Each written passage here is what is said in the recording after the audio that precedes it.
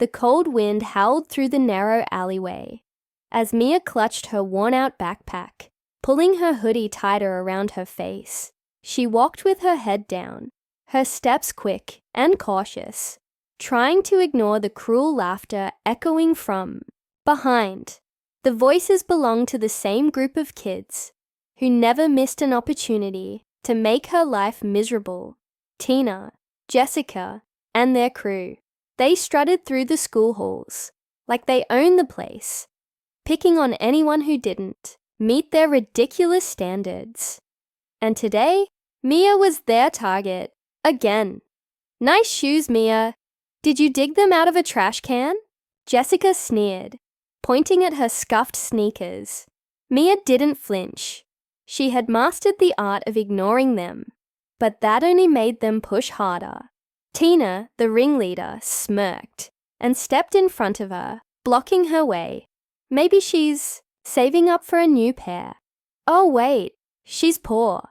She'll probably have to sell her lunch for the next 5 years, just to afford something half decent. The group burst into laughter, their voices dripping with mockery. Mia's fingers tightened around the straps of her backpack, but she said nothing. If only they knew. If only they had any idea who she really was. But they didn't, and she wasn't about to tell them. The truth was, Mia wasn't poor. Far from it. She was the heiress to one of the most powerful business empires in the country. Her grandfather, Charles Whitmore, was a billionaire. His name was everywhere, from luxury hotels to high-end fashion brands. But Mia had grown up away from the spotlight, raised by her mother, who wanted her to live a normal life. No flashing cameras, no extravagant parties, no entitled attitude. Just a regular girl in a regular school. And that was exactly why she never corrected the rumors. She let them believe she was broke, that she was nobody. Because Mia wanted to see people for who they really were. She wanted to know who was kind when there was nothing to gain. And so far, all she had found was cruelty. "Leave her alone." A quiet voice broke through the laughter. It was Liam, the one person who had ever shown her kindness. He wasn't exactly her friend. They didn't talk much. But he was the only one who didn't join in on the bullying. Tina rolled her eyes. "Aw, look at Liam, playing hero. You got a crush on her or something." The group giggled, and Mia could see Liam's face turn red. But he stood his ground. "Just stop. It's pathetic," he muttered, shoving his hands in his pockets. Tina scoffed, flipping her perfectly styled hair over her shoulder. "Whatever. Let's go, girls. We have better things to do than waste time on a nobody." With that, they strutted off, leaving Mia standing there, her heart pounding. She turned to Liam, giving him a small nod. "Thanks," she said softly. He shrugged. "They're idiots." Then, after a pause, he added, "You okay?" Mia hesitated. She had been dealing with this for months, and no one had ever asked her that before. "Yeah," she said finally, forcing a small smile. But deep down, something inside her was shifting. She had spent so long hiding, pretending to be someone she wasn't. Maybe it was time to remind everyone, especially those bullies, who she really was. Because Mia Whitmore wasn't just some poor girl they could laugh at. She was someone they would never see coming. That evening, Mia sat on the small balcony of her apartment, staring at the city lights flickering in the distance. The cool breeze brushed against her skin as she thought about the events of the day. She had endured worse from Tina and her group before, but something about today felt different. Maybe it was the way Liam had stepped in, or maybe it was the burning feeling inside her, the quiet anger that she had kept buried for too long. She had spent her whole life avoiding attention, blending in, pretending to be someone she wasn't. Her mother had always told her that true character wasn't defined by wealth, but by how people treated others when they had nothing to gain. That was why Mia never used her last name at school, why she never showed up in expensive clothes or flashy cars. But now she was starting to wonder if staying silent was the right thing to do. The next day, Mia walked into school with the same quiet confidence she always had. She didn't need people's approval, and she certainly didn't care what Tina thought.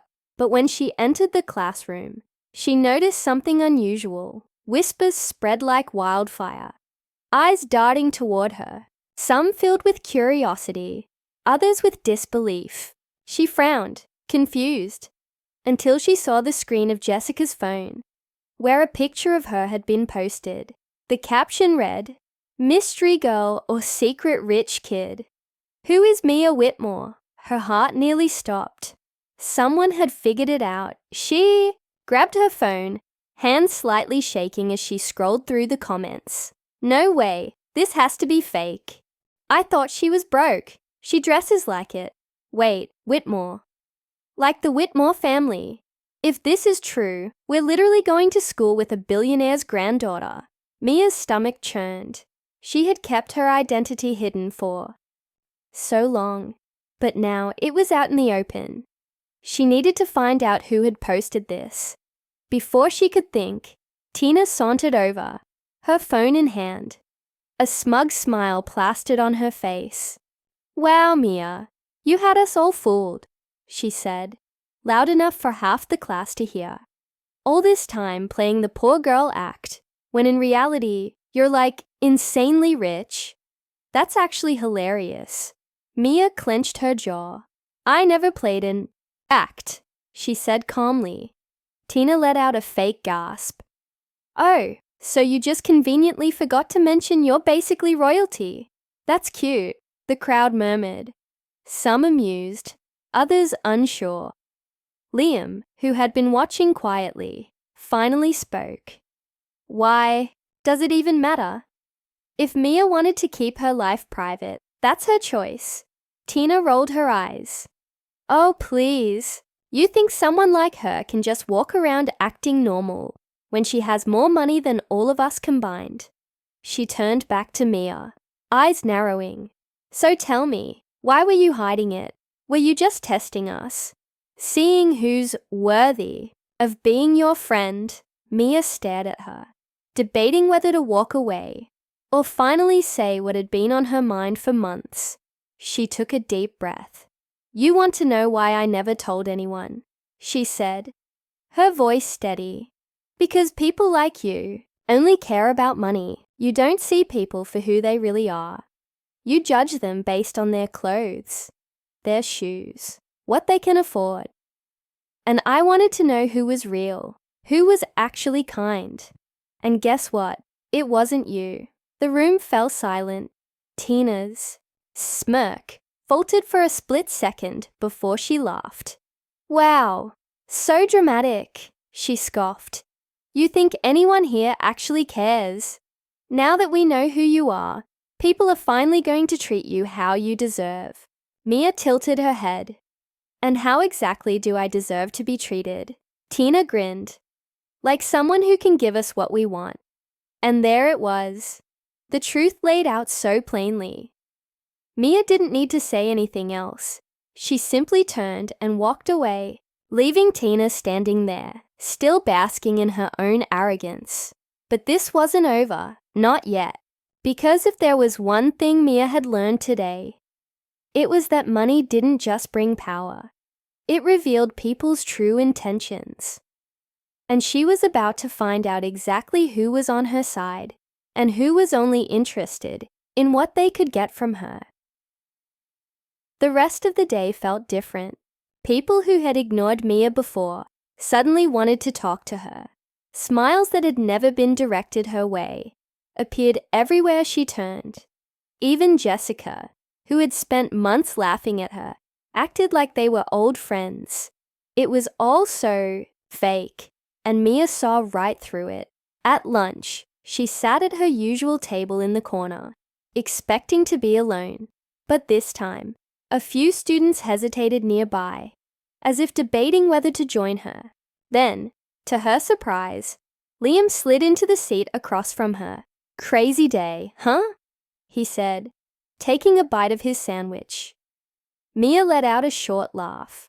That's one way to put it. How are you holding up? She thought about it for a second. Honestly, I don't know. I knew people would change if they found out, but seeing it happen right in front of me. It's weird. Liam nodded. Yeah, it's like now they're acting like you matter. But you mattered before too. Mia glanced around. Tina and her group were at their usual spot, throwing glances her way, probably waiting for the right moment to swoop in and play nice. Mia wasn't interested. You know what's funny? She said, looking back at Liam. I could probably buy this whole school if I wanted to, but none of that makes their friendship real. Liam smirked. Yeah, but you already knew that. She sighed. I did. I just didn't expect it to be so obvious.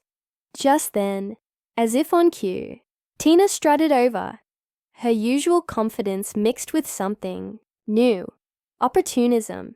Mia, she said sweetly, sitting down without asking. I've been thinking. We got off on the wrong foot. Mia raised an eyebrow. Did we? Tina ignored the sarcasm. Look, I get it. You wanted to keep things private. And that's totally understandable. But now that everything's out in the open, there's no reason to hold back anymore. We should stick together, you and me. We'd make a great team. Mia tilted her head. A team for what exactly? Tina grinned. Oh, you know, parties, events, exclusive things. You belong with people like us. Mia took a slow breath. This was it. The moment she had been waiting for. People like you? She repeated.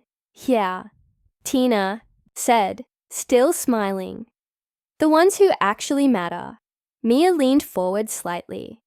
You know, that's funny, because yesterday, you made it very clear that I didn't matter. Tina blinked, her smile faltering. That's not what I meant, but it's exactly what you meant. Mia interrupted. And that's the problem. For the first time, Tina looked uncomfortable. Come on, Mia, let's not dwell on the past. Things are different now. Mia nodded. You're right. Things are different, but not in the way you think. She stood up, grabbing her backpack. See, I thought this would hurt. Finding out that people only care about my name, my money, but it doesn't. Because at least now I know the truth. And the truth is, I don't need fake friends. Tina opened her mouth, but Mia was already walking away. She didn't need to hear more. As she left the cafeteria, Liam caught up with her. That was satisfying to watch, he said with a grin. Mia laughed, shaking her head. Yeah, it kind of was. So, what now? He asked. Mia took a deep breath, feeling lighter than she had in a long time.